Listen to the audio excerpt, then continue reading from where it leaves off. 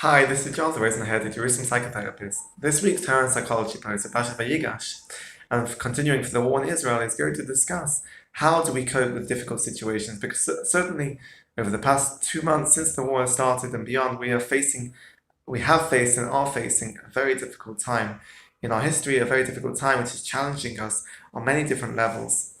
And we are faced with this question, certainly now more than ever, of how do we cope with difficult situations? What can help us to face these challenges? And I'm going to look at this through three different approaches: cognitive behavior therapy, dialectical behavior therapy, and ACT, acceptance and commitment therapy. And these are three different approaches that we can take and actually learn out perhaps from this week's parasha to give us an indication and a direction of how to cope with difficult situations.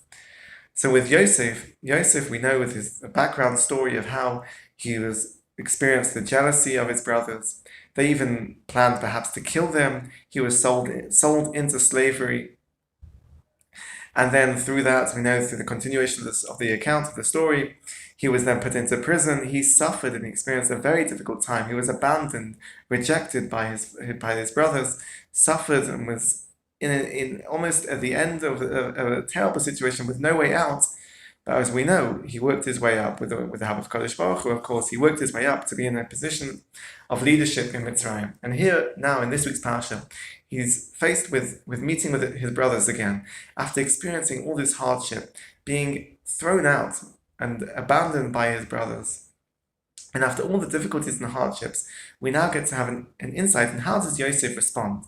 Does he use this as an opportunity to seek revenge? Or does he use it as an opportunity to be able to bring about a positive and an adaptive outcome?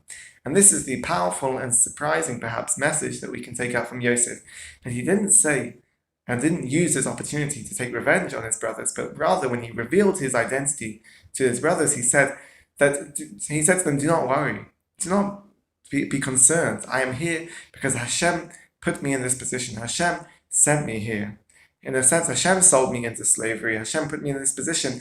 Not only that, but he put me in this position to now help you, to be able to provide for my family. In this time during a famine, I'm in a situation when I can provide and give you food and sustenance.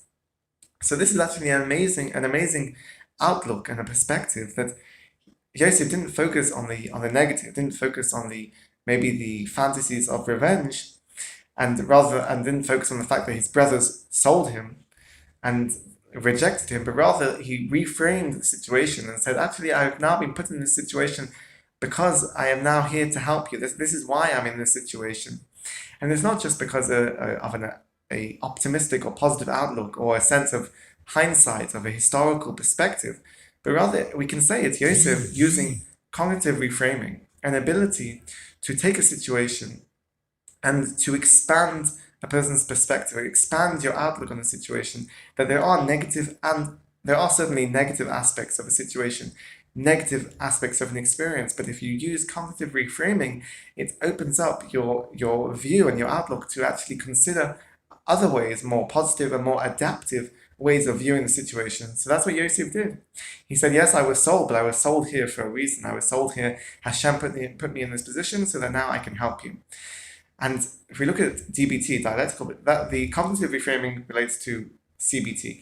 Dialectical behavior therapy says that a person can hold two opposing, contrasting emotions or realities at the same time. This is the holistic view of a person's experience, that we have the bad and the good, the positive and the negative. So certainly Yosef could have and was experiencing perhaps these emotions of anger, frustration, a sense of rejection, and perhaps wanted to take revenge.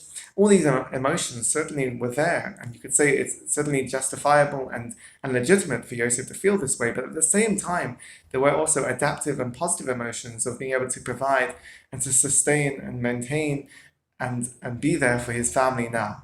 So this is holding, and through a dialectical point of view, holding two contrasting experiences or two contrasting realities at the same time. And this is the wholesome view of viewing a person's experience. And not only that, if we look at acceptance and commitment therapy, Yosef through the difficulties and the struggles, he accepted it. He completely accepted it. And then through this acceptance comes a commitment, a decision of how to act.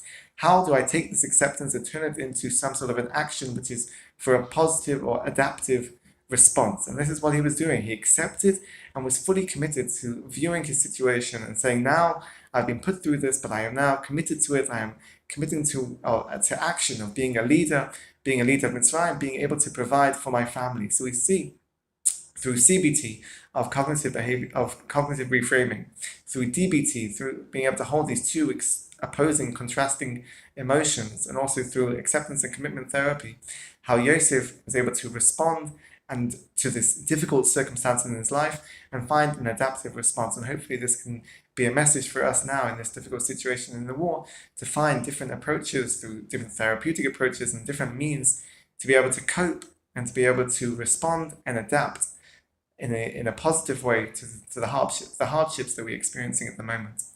Have a good Shabbos and keep well.